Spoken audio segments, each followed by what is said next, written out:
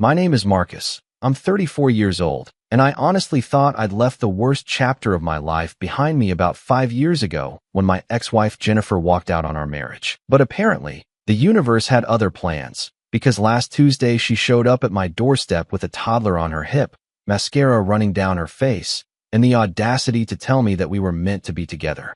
I'm getting ahead of myself, though, so let me rewind and give you the full context of this absolutely insane situation. Jennifer and I met when we were both 24, fresh out of college, and working our first real jobs. I was an entry-level software developer at a small tech company, and she was working in marketing at the same place. We hit it off immediately, started dating within a month, and honestly, I thought she was the one. We got married 2 years later in this beautiful outdoor ceremony that damn near bankrupted me. But I didn't care because I was so stupidly in love. For the first 3 years of our marriage, things were pretty good. We had our ups and downs like any couple, but nothing that seemed insurmountable. We lived in a modest 2-bedroom apartment, drove practical used cars, and were slowly saving up for a down payment on a house. I was working my way up in my career, putting in long hours and taking every opportunity to prove myself, while Jennifer continued in marketing and seemed happy enough with our life. Then something shifted. I started noticing it about 4 years into our marriage. Jennifer became increasingly obsessed with social media, constantly scrolling through Instagram and Facebook, looking at people we went to college with and their seemingly perfect lives. She'd make comments about how so-and-so just bought a lake house, or how this couple we knew was vacationing in the Maldives, or how someone's husband surprised them with a BMW. At first, I tried to be understanding. I figured everyone compares themselves to others sometimes, and I'd gently remind her that people only post their highlight reels online. But the comments became more frequent and more pointed. She'd say things like, "When are we going to start really living, Marcus?" Or, "I feel like we're just stuck while everyone else is moving forward." I tried to explain that we were doing fine, that my career was progressing steadily, and that we needed to be patient and smart with our finances. But she didn't want to hear it. The real trouble started when Jennifer got a new job at a bigger marketing firm in the city. She was making a bit more money, which was great, but she was also suddenly surrounded by people who drove luxury cars and wore designer clothes and talked about their vacation homes. She started coming home later and later, always with some excuse about networking events or client dinners. I tried not to be the jealous, suspicious husband, so I believed her and supported her career ambitions. What an idiot I was. About 6 months into this new job, Jennifer's entire demeanor toward me changed. She became cold and distant. She'd roll her eyes when I'd talk about my day or share something I was excited about. Intercourse became non-existent. She stopped wearing her wedding ring, claiming it didn't go with her professional aesthetic. When I'd suggest we spend time together on weekends, she'd say she was too tired or had plans with her work friends that I wasn't invited to. I probably should have seen it coming, but I was in denial. I kept thinking we were just going through a rough patch, that once she settled into her new job things would go back to normal. Then one evening, about 7 months into her new position, Jennifer came home and asked me to sit down because we needed to talk. My stomach dropped immediately because nothing good ever comes after those words. She looked me straight in the eye, no emotion on her face, and told me she wanted a divorce. Just like that. No preamble, no explanation, just a cold, hard statement. I was completely blindsided. I asked her what was wrong, what I could do to fix it, if she wanted to try counseling. She just shook her head and said, "Marcus, I need more than this. I need more than you can give me. I've outgrown this marriage." I'll never forget how much those words stung. It wasn't just that she wanted to leave, it was the way she said it, like I was some kind of obstacle to her happiness, like our entire relationship had been a mistake. Over the next few weeks, as we went through the painful process of separating our lives, the truth slowly came out. There was another guy. His name was Derek, and he was some hotshot executive at a rival marketing firm. Apparently, they'd met at one of those networking events Jennifer had been attending, and they'd been seeing each other for months. The worst part? She didn't even have the decency to hide it properly. I found out through a mutual friend who'd seen them together at an upscale restaurant, holding hands and acting like a couple. When I confronted Jennifer about it, she didn't even try to deny it. She just shrugged and said, "I was going to tell you eventually. Derek and I have a real connection. He understands my ambitions. He can give me the life I deserve. The divorce was finalized about 6 months later. Since we'd only been married for 4 years and didn't have kids or significant shared assets, it was relatively straightforward, though emotionally devastating for me. Jennifer got to keep most of the furniture we'd bought together because honestly, I just wanted to be done with the whole thing and move on with my life. She moved into Derek's luxury penthouse apartment downtown almost immediately, and I moved into a small one-bedroom place on the other side of town. For months after the divorce, I was a mess. I threw myself into work, barely ate, couldn't sleep, and generally questioned everything about myself and my worth as a person. My friends and family were incredibly supportive, constantly reminding me that Jennifer's choices were about her, not about any failing on my part. But it was hard to internalize that when I felt so thoroughly rejected and replaced. Eventually, slowly, I started to heal. I focused on my career with renewed intensity, not because I was trying to prove anything to Jennifer, but because I needed something constructive to pour my energy into. And you know what? It paid off. Within a year of the divorce, I got a major promotion to senior developer, and then another promotion to team lead 6 months after that. My salary nearly doubled. I started hitting the gym regularly, not obsessively, just as a healthy outlet for stress. I reconnected with old friends I'd neglected during my marriage. I even started dating again, casually at first, nothing serious, just reminding myself that I was worthy of affection and that there were good people out there. Life wasn't perfect, but it was getting better. I bought a decent car, moved into a nicer apartment, and started actually saving money and investing for my future. I was building a stable, comfortable life for myself, and most importantly, I was genuinely happy for the first time in years. Meanwhile, through the grapevine and the occasional mutual friend update, I'd hear bits and pieces about Jennifer's life with Derek. At first, it all seemed picture perfect, exactly what she'd wanted. They got engaged 6 months after our divorce was finalized, which stung a bit if I'm being honest, but I was working on moving forward. They were traveling constantly, posting photos from exotic locations, staying in 5-star hotels, eating at Michelin-starred restaurants. Jennifer had quit her job because Derek apparently made enough that she didn't need to work. She'd become what I can only describe as a professional Instagram influencer, constantly posting about her luxury lifestyle, designer purchases, and how blessed she was. Part of me felt bitter about it, seeing her get everything she'd wanted while I was rebuilding from scratch, but a bigger part of me just felt sorry for her. She'd traded a genuine partnership for a lifestyle, and I couldn't help but wonder if she'd ever regret it. Then, about 2 years ago, the updates from mutual friends started to change in tone. Jennifer and Derek had gotten married in this lavish destination wedding that apparently cost more than most people's houses. But shortly after the wedding, things seemed to go downhill. Derek's company was involved in some kind of scandal, something to do with financial mismanagement and potential fraud. I didn't follow it too closely because honestly, it wasn't my problem and I was too busy living my own life. But from what I gathered, Derek lost his executive position and was facing potential legal troubles. The luxury lifestyle started to crumble. The penthouse got sold. The expensive cars disappeared. Jennifer's Instagram posts became less frequent and noticeably less glamorous. Then, about a year ago, I heard through a friend that Jennifer was pregnant. I felt nothing when I heard that news, which I took as a good sign that I'd truly moved on. It wasn't my concern anymore. Fast forward to last Tuesday evening. I'd just gotten home from work, changed into comfortable clothes, and was debating what to order for dinner. I was in a good mood, actually. I just closed a major project at work, my boss had hinted at another promotion in the pipeline, and I was planning a weekend trip with some friends. Life was genuinely good. Then my doorbell rang. I wasn't expecting anyone, so I figured it was a delivery or maybe a neighbor needing something. I opened the door, and there stood Jennifer. But not the polished, put-together Jennifer I'd last seen years ago. This Jennifer looked exhausted. Her hair was pulled back in a messy ponytail. She was wearing jeans and a stained t-shirt, and she had a toddler, maybe around 2 years old, balanced on her hip. The kid was crying. Jennifer looked like she'd been crying, and for a moment I just stood there in complete shock, unable to process what I was seeing. "Marcus," she said, her voice cracking. "I need to talk to you.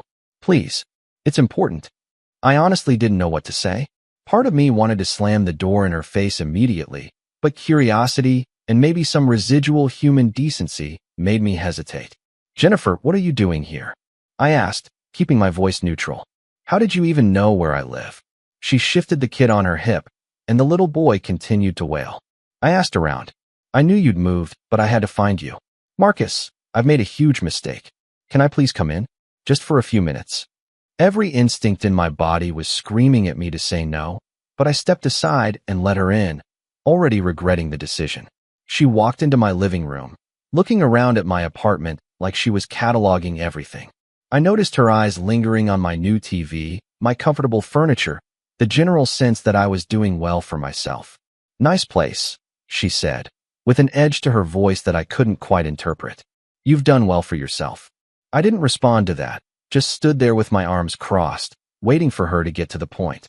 Jennifer, what do you want? Why are you here? She tried to set the toddler down, but he clung to her and continued crying. She looked frazzled and overwhelmed in a way I'd never seen her before. Marcus, everything fell apart. Derek lost everything. The business scandal got worse. He's facing criminal charges, and he left. He just left us. She gestured to the child. This is Aiden. He's Derek's son, obviously. Derek wanted nothing to do with him once things got hard. He said he couldn't handle the stress of being a father on top of everything else. He moved across the country to live with his parents and start over. He sends barely any child support, and I'm drowning. Marcus. I lost the house. I'm working 2 jobs just to afford a crappy apartment, and I have no one. I felt a strange mix of emotions hearing all this. Part of me felt vindicated that her perfect life had fallen apart. Part of me felt genuinely sorry that she was struggling, especially with a child involved who hadn't asked for any of this. But mostly, I just felt confused about why she was telling me all of this. I'm sorry you're going through a hard time, Jennifer, but I still don't understand why you're here. She looked at me then with this expression that I can only describe as desperate and calculated at the same time. Because I realized something, Marcus. I made the biggest mistake of my life when I left you. You were good to me. You were stable and reliable, and you actually cared about me as a person, not just as an accessory. Derek never loved me the way you did. I was just a trophy to him, and once his life fell apart, I wasn't useful anymore. I could feel my blood pressure rising. Was she seriously standing in my apartment, with another man's child, trying to tell me she'd made a mistake? Jennifer, that's all very sad. But again, why are you here? She took a step toward me, and I instinctively stepped back. Because we belong together, Marcus. I know I hurt you, and I know I don't deserve your forgiveness, but we were good together once. We could be good together again. I've grown up. I've learned what really matters. It's not money or status or any of that superficial stuff. It's finding someone who truly loves you and building a real life with them. That's what we had, and I threw it away like an idiot. I genuinely could not believe what I was hearing. The sheer audacity of this woman, standing in my home, suggesting that we should get back together after she destroyed our marriage for a richer guy, was beyond comprehension. You can't be serious right now, I said, my voice low and controlled despite the anger building inside me. You're not actually suggesting what I think you're suggesting. She started crying then, real tears streaming down her face. I know it sounds crazy, but I've had 5 years to think about what I did. I've had 5 years of regret. The life I have now is so hard, Marcus. I'm exhausted all the time. I can barely make ends meet. Aiden deserves better than what I can give him alone. And I deserve a second chance with someone who actually values me. The toddler, Aiden, had finally stopped crying and was just staring at me with these big, curious eyes. I felt bad for the kid, I really did, but he wasn't my responsibility. Let me make sure I understand this correctly, I said, working hard to keep my voice even. You left me because I wasn't rich enough for you. You traded our marriage for a guy with money and a fancy lifestyle. You didn't care that you broke my heart or destroyed the life we were building together. And now that your rich guy has lost his money and abandoned you and his child, you want to come back to me? You think I'm just going to welcome you back with open arms because what? I'm your safety net? Your backup plan. She was full-on sobbing now, and part of me felt like a jerk for being so harsh. But another part of me, the part that remembered the pain of those months after she left, felt absolutely no sympathy. It's not like that, Marcus. I loved you. I still love you. I just got confused and made terrible choices. But we could start over. We could build something real together. You and me and Aiden. We could be a family. A family. She wanted me to play daddy to her ex-husband's kid, to take care of the child she had with the man she left me for. The absolute absurdity of it would have been funny if it weren't so insulting. Jennifer, you need to leave. Now. Her eyes widened in panic. Wait, please, just hear me out. I know you're probably seeing someone, and I know I have no right to ask this, but… Actually, I interrupted, I'm not seeing anyone seriously right now, but that's completely irrelevant. Even if I were single and lonely and desperate, which I'm not, I would never, ever consider what you're suggesting. Do you have any idea how insulting this is? You didn't want me when I was working hard and building a future. You wanted luxury and excitement and a man who could give you a lifestyle. Well, you made your choice, Jennifer. You made it very clearly and very publicly. You humiliated me. You made me feel like I wasn't enough, like everything I had to offer wasn't valuable. It took me years to rebuild my self-esteem after what you did. She reached out like she was going to touch my arm, but I moved away. I know, and I'm so sorry. I was shallow and stupid and wrong about everything. But people change, Marcus. I've changed. I know what matters now. I let out a laugh that held no humor. You know what matters now because you have no other choice. If Derek still had his money and his penthouse and his fancy lifestyle, would you be standing here? Would you have even thought twice about me? Or would you still be posting your perfect life on Instagram, never giving a second thought to the man whose heart you shattered? She didn't answer, which was answer enough. The reality was written all over her face. She wasn't here because she genuinely loved me or because she'd had some profound realization about what we had together. She was here because she was desperate and struggling and needed someone to rescue her. And in her mind, I guess I seemed like an easy target. The reliable, stable Marcus who'd always been there, who she probably assumed would be grateful to have her back. I want you to leave now, I repeated, walking to the door and opening it. This conversation is over. She stood there for a moment, seeming to struggle with what to say or do next. Then her expression changed. The desperation morphed into something harder, almost angry. Really, Marcus? You're going to be that petty? You're going to hold a grudge forever? And there it was. The entitlement. Even in her current situation, even after everything she'd done, she somehow felt entitled to my forgiveness, my help, my love. This isn't about being petty or holding a grudge, I said, forcing myself to stay calm. This is about respecting myself enough to not let someone who treated me like a disposable placeholder back into my life. You made your choices, Jennifer. Now you have to live with the consequences, just like I had to live with the consequences of your choices 5 years ago. She shifted Aiden to her other hip and walked toward the door, but stopped right in front of me. You'll regret this, Marcus. When you're old and alone, you'll remember that I came here offering you a second chance at happiness, at having a family, and you threw it away because you couldn't get over your pride. I almost laughed at that. She was actually trying to manipulate me, to make me feel like I was the one making a mistake. Goodbye, Jennifer, was all I said. She left, finally, stomping down the hallway with her crying kid, and I closed the door behind her. I stood there for a moment, processing what had just happened, and then I did something that probably sounds callous, but felt absolutely right in the moment. I picked up my phone and ordered a large pizza with extra toppings. Then I cracked open a beer, sat on my couch, and genuinely smiled for the first time since opening that door. I thought that was the end of it. I really did. It was such an absurd encounter that I figured Jennifer would realize how ridiculous her proposition was, and I'd never hear from her again. But I should have known better, because 2 days later, my phone started blowing up with texts from her. At first, they were apologetic. Long messages about how she'd been emotional and hadn't expressed herself properly, how she really did care about me and wasn't just using me as a backup plan. I ignored them. Then the texts got more desperate. She talked about how hard everything was, how she was barely surviving, how Aiden asked about his daddy and she didn't know what to tell him. She sent photos of her rundown apartment, like I was supposed to feel guilty that she wasn't living in luxury anymore. I continued to ignore them. Then, and this is where things started to get really weird, her mother started calling me. Jennifer's mother, Patricia, had never particularly liked me during our marriage. She'd always made subtle comments about how Jennifer could have done better, how she'd hoped her daughter would marry someone more ambitious, more successful. After the divorce, I'd never heard from her again, which was perfectly fine by me. So when I saw her name pop up on my phone, I was immediately suspicious. I let the first few calls go to voicemail, but she was persistent, calling multiple times a day. Finally, More out of curiosity than anything else, I answered. Marcus, thank goodness, Patricia said, her voice dripping with false sweetness. I've been trying to reach you for days. We need to talk about Jennifer. Patricia, with all due respect, I don't need to talk about Jennifer. She's not my concern anymore. There was a pause, and then her tone shifted, becoming sharper and more demanding. Don't you dare take that attitude with me, young man. Jennifer came to you asking for help, and you turned her away. Do you have any idea how cruel that is? She's struggling. She has a child to care for, and you just slammed the door in her face. I felt my jaw clench. That's not exactly how it happened, but regardless, Jennifer's struggles are not my responsibility. She made her choices.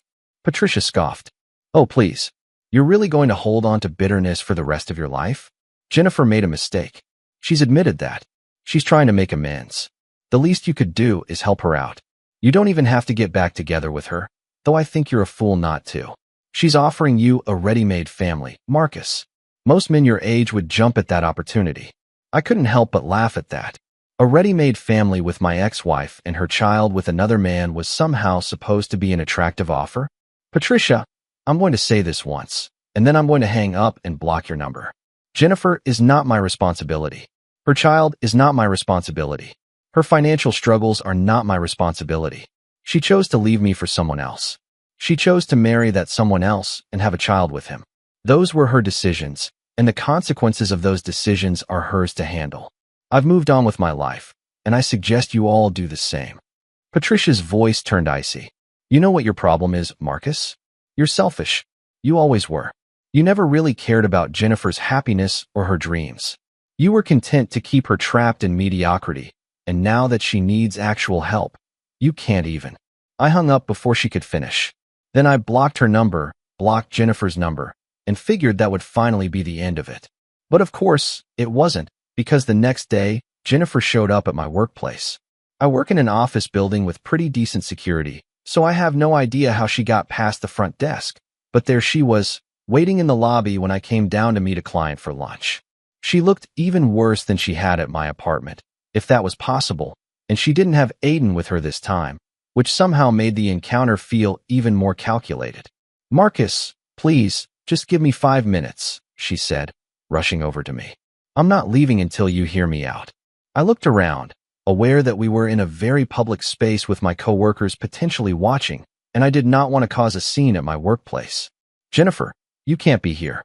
This is completely inappropriate. She grabbed my arm, and I pulled away immediately. I don't care if it's inappropriate. You won't answer my calls or texts. Your mother won't talk to me. I have nowhere else to turn. I wanted to point out that my mother had every right not to talk to her, but instead I just said, that's not my problem. You need to leave, now, or I'm calling security. Her eyes filled with tears, but unlike before, I didn't feel even a twinge of sympathy. This was manipulation, pure and simple, and I was done playing into it. Why are you being so cruel? I'm not asking you to marry me tomorrow. I'm just asking for help. For some compassion. You used to be a kind person, Marcus. What happened to you? That actually made me angry in a way her previous attempts hadn't. What happened to me? You happened to me, Jennifer. You destroyed my trust, my self-esteem, my ability to believe in relationships. And I had to build all of that back up on my own, with no help from you. So don't you dare stand there and act like I'm the bad guy in this situation. She changed tactics then, her tears drying up remarkably quickly. Fine. You want to know the truth? I need money, Marcus. I need help making rent this month. I need help buying food and diapers. Aiden's daycare is expensive, and I can barely afford it. I know you're doing well now. I know you got promoted. I'm not asking for much, just enough to get us through the next few months until I can figure things out. There it was. The real reason for all of this. It wasn't about us belonging together or second chances or realizing what really mattered. It was about money.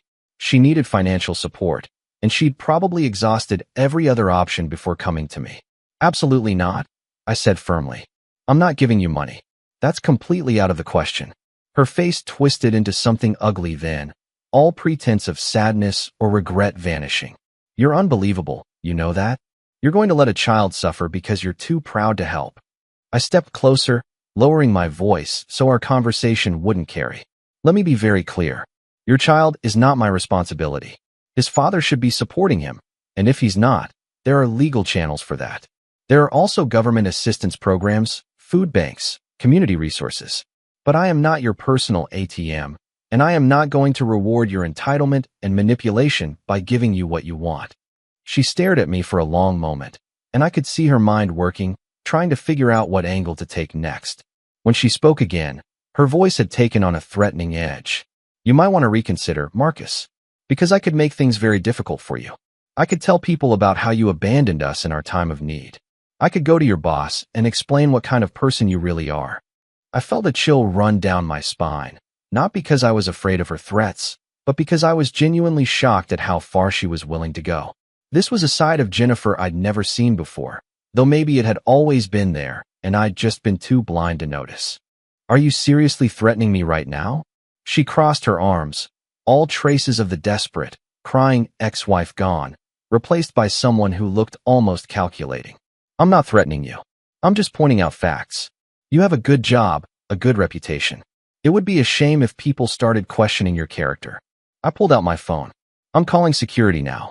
And if you ever show up at my workplace again, if you ever threaten me again, I will get a restraining order. Do you understand? For a moment, I thought she might actually escalate things right there in the lobby, but then she seemed to deflate slightly. You'll regret this, Marcus, she said, but her voice lacked the confidence it had held moments before. You're making a huge mistake. She turned and left, and I stood there for a moment, my heart pounding, wondering what exactly I'd gotten myself into and whether this nightmare was ever going to end. I went back upstairs, told my supervisor I needed to leave early due to a personal emergency, and spent the rest of the day at home, trying to process everything that had just happened and wondering what Jennifer's next move would be. Because at this point, it was clear she wasn't going to give up easily, and I had no idea how far she was willing to take this. That evening, I decided to call my brother, David, who's a lawyer. I explained the entire situation to him, from Jennifer showing up at my apartment to her appearance at my workplace and her thinly veiled threats. David listened quietly, and when I finished, he let out a low whistle. Man, that's insane. Your ex sounds like she's either extremely desperate or experiencing some kind of breakdown. Maybe both. I rubbed my temples, feeling a headache coming on. What do I do? Can I actually get a restraining order based on what's happened so far? David thought for a moment. The workplace visit and the threats might be enough, especially if you document everything and she continues to harass you.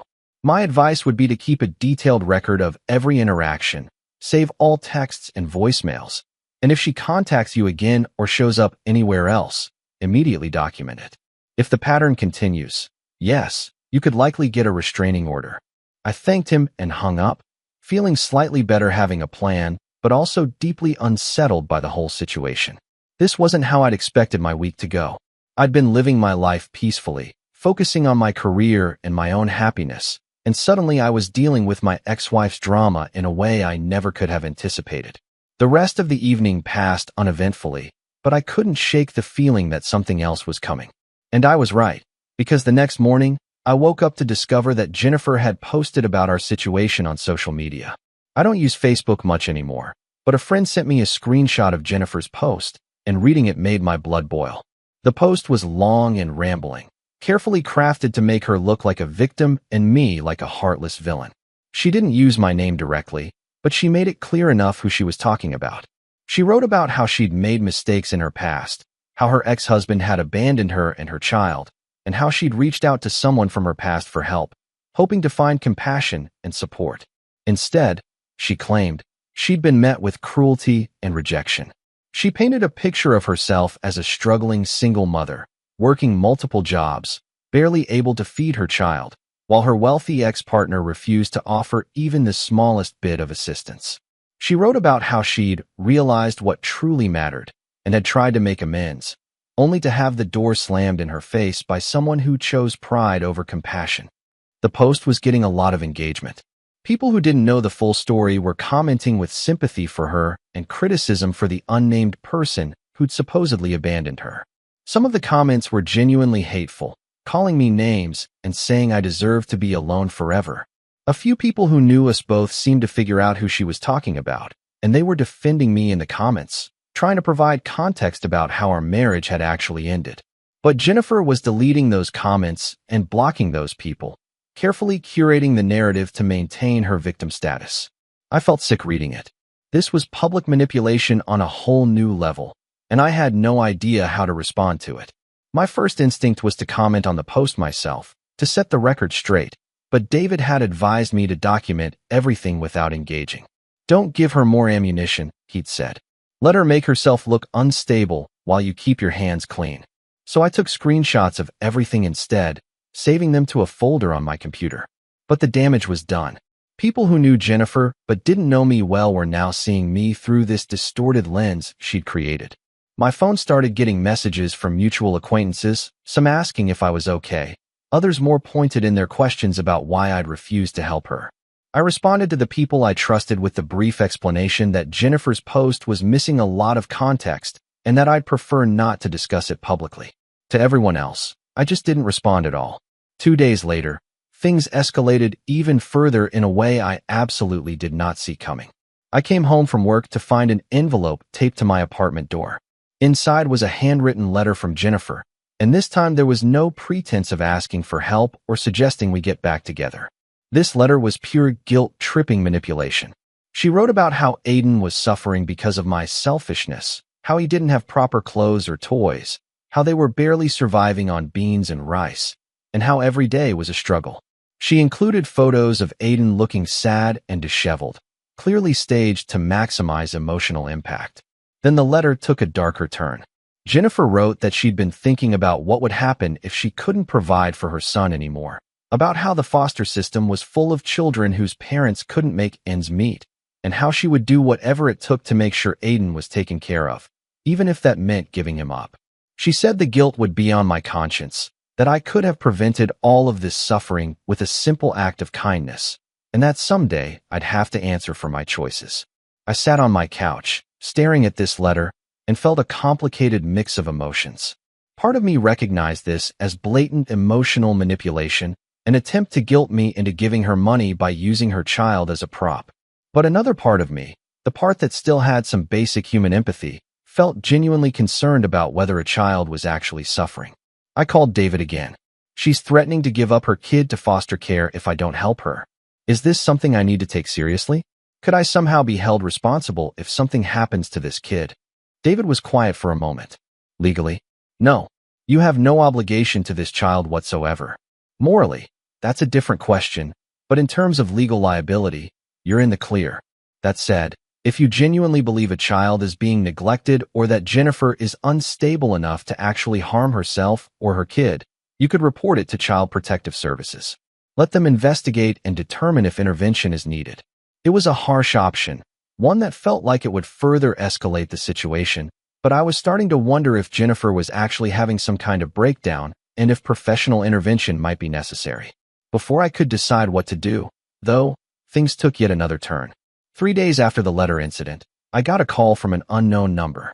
Against my better judgment, I answered it. Is this Marcus? A male voice I didn't recognize asked. Yes, who's this?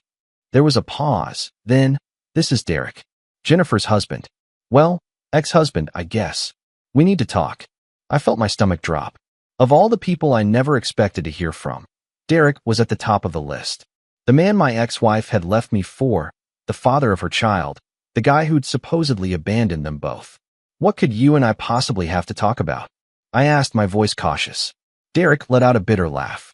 Trust me, this isn't a conversation I want to be having either, but Jennifer has completely lost it, and apparently you're caught in the crossfire now.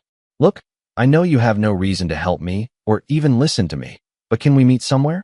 I think you need to know what you're actually dealing with. Against every instinct telling me to hang up and block this number too, curiosity got the better of me. We agreed to meet at a coffee shop in a neutral part of town the next day. I spent the entire night and the next morning second-guessing this decision, wondering if this was some kind of setup or trap. But when I arrived at the coffee shop, Derek was already there, sitting in a corner booth, looking almost as exhausted and defeated as Jennifer had looked at my door. He was shorter than I'd imagined, maybe 5'9", with perfectly styled hair that was clearly expensive and clothes that still screamed money even if he'd apparently lost it all. When he saw me, he stood up and extended his hand. I didn't take it. He withdrew it awkwardly, and gestured for me to sit. "Thanks for coming," he said. "I wasn't sure you would." I sat down across from him, keeping my expression neutral. "I'm here. You have 15 minutes to explain why I should care about anything you have to say." Derek nodded, seeming to expect my hostility. "Fair enough. I'm going to be blunt with you, Marcus. Jennifer is lying to you about almost everything. I didn't abandon her and Aiden. She left me." I felt my eyebrows raise in surprise. "That's not the story she told me." He laughed again, that same bitter sound. "I'm sure it's not. Let me give you the real version of events. Yes, my company had problems. Yes, I lost my executive position. But I didn't lose everything, and I'm not facing criminal charges. I was cleared of any wrongdoing months ago. I took a different job at a smaller firm, still making good money, just not the ridiculous amounts I was making before. I downsized from the penthouse to a normal house in the suburbs. I'm still paying child support, a substantial amount actually, $1,500 a month, which is more than the court mandated." I leaned back, processing this information. "If that's true, then why did she tell me you abandoned her and Aiden?" Derek pulled out his phone and started showing me documents. Bank statements showing regular child support payments. Text message exchanges between him and Jennifer where he was asking to see Aiden and she was making excuses or demanding more money. Court documents showing their custody arrangement. Because Jennifer didn't want a normal life, even with me. When the luxury lifestyle ended, she completely spiraled. She became obsessed with getting back to that level of wealth and status. She started demanding more money from me, threatening to keep Aiden away if I didn't pay her extra. When I refused and stood my ground, she started telling everyone I'd abandoned them. She's been posting on social media, talking to anyone who will listen, trying to get sympathy and probably donations. I thought about the Facebook post, the photos of Aiden looking disheveled, the letter about barely surviving on beans and rice. So the stuff about struggling to make rent, barely feeding her kid, all of that is fake? Derek shook his head. Not exactly fake, but extremely exaggerated and self-inflicted. I'm paying her $1,500 a month in child support. She's also working, supposedly 2 jobs according to what she tells people, though I'm not sure that's true. She should be able to afford a decent apartment and take care of Aiden just fine. But Jennifer has this problem. She's never learned to live within her means. Even when we were together and had money, she was constantly spending beyond what we had, racking up credit card debt on designer clothes and expensive restaurants. I think she's doing the same thing now, spending money she doesn't have trying to maintain some semblance of the lifestyle she used to have, and then crying poverty when she can't pay her bills. I sat there for a moment, trying to reconcile this information with everything Jennifer had told me. "Why are you telling me all this? What do you want from me?" Derek looked me directly in the eyes. "I'm telling you because Jennifer mentioned your name to me. She called me last week, demanding I give her extra money because her backup plan wasn't working out. She said she'd gone to her ex-husband looking for help and you'd refused her, and now she needed me to make up the difference. When I said no, she threatened to take me back to court for more child support, to claim I wasn't paying anything, to make my life miserable. That's when I realized she was probably harassing you too, and honestly, man, I felt bad about it. I know I'm part of the reason your marriage ended, and regardless of how I feel about Jennifer now, I'm not proud of that. So I'm here to warn you and to give you documentation that proves she's lying. Use it however you need to." He slid a folder across the table to me. Inside were copies of everything he'd shown me on his phone, plus additional financial records, text messages, and even a formal statement he'd written out detailing Jennifer's behavior and his actual financial support of Aiden. It was more than I'd expected, and I found myself reluctantly grateful, even if I still didn't particularly like the guy. "Why did you marry her?" I asked, the question coming out before I could stop it. "If you don't mind me asking, what did you see in her?" Derek was quiet for a moment, seeming to consider his answer carefully. "Honestly, at first, I was attracted to her ambition, her drive, the way she seemed to know what she wanted out of life. And yeah, I liked having an attractive woman on my arm at company events. But I was stupid and didn't realize that what I thought was ambition was actually just materialism and status obsession. Jennifer didn't want to build something meaningful. She just wanted to have expensive things and be envied. By the time I figured that out, she was pregnant, and I convinced myself we could make it work for Aiden's sake. But after he was born, it got worse. She had zero interest in actually being a mother. She saw Aiden as an accessory, something to post about on social media, but she didn't want to do the actual work of raising him. We fought constantly about money, about her spending, about her priorities. When my income decreased, she became someone I didn't even recognize. That's when I filed for divorce. There was something painful about hearing Derek's experience with Jennifer because it mirrored my own in so many ways, just with more money involved. She'd wanted something from both of us, and when we couldn't or wouldn't provide it, she turned on us. What about Aiden? I asked. Is he actually okay? Because if he's genuinely being neglected or mistreated, that's a different situation. Derek's expression softened when I mentioned his son. Aiden is fine, physically at least. I have him every other weekend and some weeknights per our custody arrangement, though Jennifer tries to interfere with that whenever she can. When he's with me, he's well-fed, clean, happy. He has clothes and toys and everything a kid needs. Jennifer uses him as a manipulation tool, takes photos of him looking sad or in old clothes when she wants sympathy, but then I'll see recent posts on her Instagram where he's dressed nicely and they're at some restaurant or event she somehow afforded. She's not neglecting him in any legal sense, but she's definitely using him, and that's what really kills me. We talked for another 20 minutes, Derek filling me in on more details about Jennifer's behavior over the past couple of years, her patterns of manipulation, her tendency to play victim while simultaneously lashing out at anyone who didn't give her what she wanted. When we finally wrapped up the conversation, Derek stood to leave, then paused. One more thing, Marcus. Jennifer mentioned something about coming to your workplace and implied she might escalate things further if you don't help her. I'd suggest getting ahead of that. Talk to your employer, maybe get a restraining order, something. Because I've been dealing with her threats and manipulation for over a year now, and I can tell you, she doesn't stop unless you force her to stop with legal boundaries. I thanked him for the information and the warning, feeling strange about the whole encounter. This man who I'd resented for years, who I'd blamed for destroying my marriage, had just given me valuable intel and helped me see the situation more clearly. The truth was, Derek hadn't destroyed my marriage. Jennifer had. She would have left me eventually, if not for Derek then for someone else, because I was never going to be enough for someone whose values were so fundamentally misaligned with my own.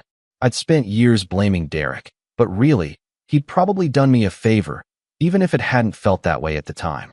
Armed with Derek's documentation and a clearer picture of what I was dealing with, I spent that evening preparing my own documentation of every interaction I'd had with Jennifer since she showed up at my door. The texts, the voicemails from her mother, the workplace visit, the letter, everything. Then I called David again and told him about my meeting with Derek and showed him all the evidence I'd gathered. This is good, David said, reviewing everything. This shows a clear pattern of harassment and establishes that her claims about being abandoned and destitute are false. With this, I can definitely help you file for a restraining order. We should do it sooner rather than later, especially if Derek is right about her potentially escalating. The next morning, David filed the paperwork for a restraining order. We had to wait a few days for the hearing, during which I was on edge constantly, expecting Jennifer to show up somewhere else or for some new manipulation to emerge. But things were quiet, suspiciously quiet, which somehow made me more anxious than if she'd been actively harassing me. The day of the restraining order hearing arrived, and I took the morning off work to go to court. Jennifer was there, of course, sitting in the hallway outside the courtroom with Aiden on her lap. She looked terrible, like she hadn't slept in days, her hair unwashed and dark circles under her eyes. When she saw me, she immediately stood up, holding Aiden almost like a shield. "Marcus, please," she called out across the hallway. "Please don't do this. Just talk to me. We can work this out without involving the courts." David put a hand on my arm, a silent reminder not to engage, and we walked past her into the courtroom. The hearing itself was relatively straightforward. David presented all of our documentation, the timeline of Jennifer's harassment, the false claims she'd made on social media, the threatening letter, the workplace visit, and Derek's evidence showing that her claims about being abandoned and destitute were fabricated. The judge reviewed everything carefully, occasionally asking questions. Jennifer represented herself, which was her first mistake, and when given the chance to speak, she immediately started crying and talking about how she was just a desperate mother trying to survive, how she'd made mistakes, but only because she was so scared and overwhelmed, and how I was the only person she'd thought she could turn to. The judge, a stern-looking woman probably in her late 50s, let Jennifer finish her emotional speech, and then said, "Ms. Patterson, I've reviewed all the documentation presented here today. While I sympathize with your situation as a single mother, nothing in this evidence suggests that Mr. Holbrook has any legal obligation to provide you with support. You were divorced 5 years ago, you married someone else, you had a child with that person, and according to these court documents, that person is paying you substantial child support. Mr. Holbrook is correct that your repeated contact, particularly appearing at his workplace and sending threatening correspondence, constitutes harassment. I'm granting the restraining order. You are to have no contact with Mr. Holbrook, either directly or through third parties, and you are to stay at least 500 feet away from his residence and workplace. Do you understand?" Jennifer's face crumpled, and she started sobbing loudly, causing Aiden to start crying too. "This isn't fair," she choked out between sobs. "He was supposed to love me forever. He promised. And now he's just abandoning me like everyone else." The judge's expression softened slightly, but her voice remained firm. "Ms. Patterson, I'm going to strongly suggest you seek counseling. What you're describing suggests you may be dealing with some emotional or mental health issues that are beyond the scope of this hearing. But this restraining order stands. If you violate it, you will face legal consequences, including possible jail time. Do you understand?" Jennifer finally nodded, still crying, and the judge dismissed us. As David and I left the courtroom, I felt an enormous weight lift off my shoulders. It was finally over. Jennifer couldn't contact me anymore, couldn't show up at my home or workplace, couldn't send her mother or anyone else to harass me on her behalf. I was legally protected now, and if she tried anything further, there would be real consequences. David clapped me on the shoulder. "You did the right thing, man. I know it probably doesn't feel great, seeing her like that with her kid, but you can't let someone manipulate and harass you just because they're struggling. Their problems aren't your responsibility." I nodded, knowing he was right, but still feeling a complex mix of emotions about the whole situation. Over the next few weeks, life slowly returned to normal. Jennifer didn't try to contact me, and I didn't hear anything more about her from mutual friends or acquaintances. The social media posts she'd made were eventually deleted, though I'm not sure if she removed them herself or if enough people reported them that the platform took them down. I focused on work, spent time with friends, and tried to process everything that had happened. In some ways, the whole ordeal had been weirdly cathartic. It had forced me to confront lingering feelings about my divorce, about my self-worth, about what I actually wanted from life and relationships. About 2 months after the restraining order hearing, I ran into Derek again, completely by chance, at a restaurant where I was having dinner with some coworkers. He was there with Aiden, who looked healthy and happy, playing with some toy trucks at the table, while Derek watched him with obvious affection. I almost didn't acknowledge him, not wanting to make things awkward, but he caught my eye and waved me over. I excused myself from my table for a moment and went to say hello. "How's it going?" Derek asked. "No more Jennifer drama, I hope?" I shook my head. "Nothing since the restraining order. She's left me alone completely, thankfully. How about you?" Derek sighed. "She's still making things difficult with custody, still demanding more money. But at least now I have established legal boundaries and documentation of her behavior if I need to go back to court. My lawyer says if she keeps it up, I might be able to get primary custody, which honestly might be what's best for Aiden anyway." He looked down at his son with such genuine care that I felt a pang of something, not quite sympathy, but understanding maybe.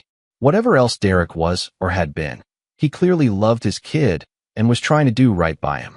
"Good luck with everything," I said, meaning it. "I hope it works out." He thanked me, and I went back to my table, reflecting on how strange life could be, how the people you think are your enemies sometimes turn out to be just other flawed humans trying to navigate complicated situations. Time passed as it does. Months turned into a year, and the Jennifer situation faded from something that occupied my thoughts daily to something I barely remembered except as a weird chapter in my past. I got that promotion my boss had hinted at, bringing my salary to a level I'd never imagined when I was married to Jennifer and living in that modest apartment, trying to convince her that we were doing fine. I started dating someone new, a woman named Rachel who worked in a completely different field and knew nothing about my past unless I chose to tell her. She was kind, genuine, had her own career and goals, and most importantly, she seemed to value me for who I was rather than what I could provide materially. It was refreshing and healing in ways I hadn't fully appreciated I'd needed. One evening, about 14 months after Jennifer had first shown up at my door, I was scrolling through my phone when I got a message request on LinkedIn of all places. It was from Patricia, Jennifer's mother. The restraining order hadn't mentioned her specifically since she'd only called me a few times, but I'd blocked her number and hadn't heard from her in over a year. The message was long and surprisingly sincere. She wrote that she owed me an apology for how she'd treated me during my marriage to Jennifer, and especially for calling me after the divorce and trying to pressure me into helping. She said she'd spent the past year watching her daughter continue to make poor decisions and manipulate people, and she'd finally realized that Jennifer's problems weren't because of the people around her failing to support her, but because of Jennifer's own choices and mindset. Patricia wrote that she'd insisted Jennifer get therapy, which she'd finally started attending, and that while there was a long road ahead, Jennifer was at least beginning to acknowledge her patterns of behavior.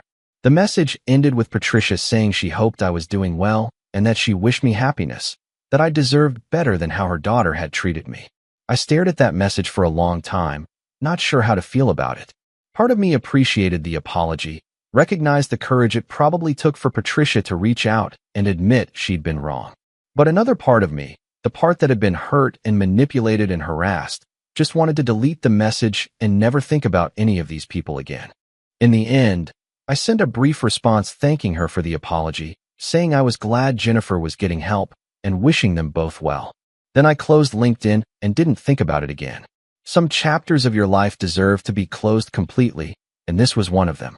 Looking back now, almost 2 years after Jennifer showed up at my door with Aiden and that ridiculous proposition, I can honestly say I'm grateful for how everything turned out. Not grateful for the harassment or the drama or the stress of dealing with restraining orders and legal proceedings, but grateful for the clarity it gave me. Jennifer's reappearance in my life had forced me to confront how much I'd grown and changed since our divorce, how much stronger and more self-assured I'd become. The Marcus who was married to Jennifer would have probably felt guilty, would have maybe even considered helping her despite knowing it was wrong, because he was so desperate to be seen as a good person and so unsure of his own worth. But the Marcus who answered his door that Tuesday evening knew his worth, knew his boundaries, and was strong enough to enforce them even when doing so looked cruel to outsiders who didn't know the full story. I'm in a good place now. My career is thriving. I'm in a healthy relationship with someone who values the same things I do. I have strong friendships and a life I'm genuinely proud of.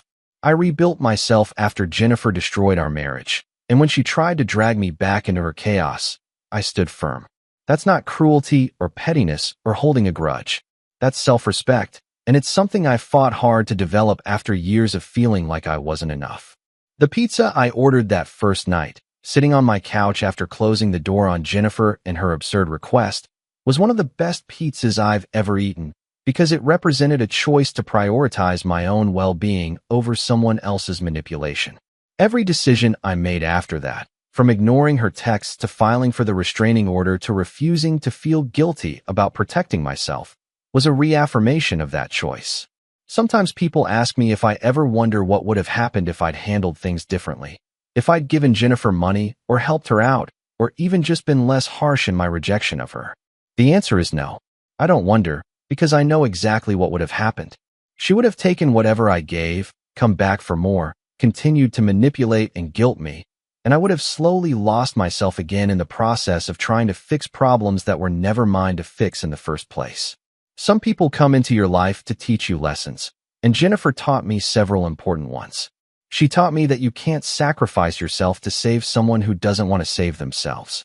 She taught me that real love respects boundaries and doesn't demand you set yourself on fire to keep someone else warm.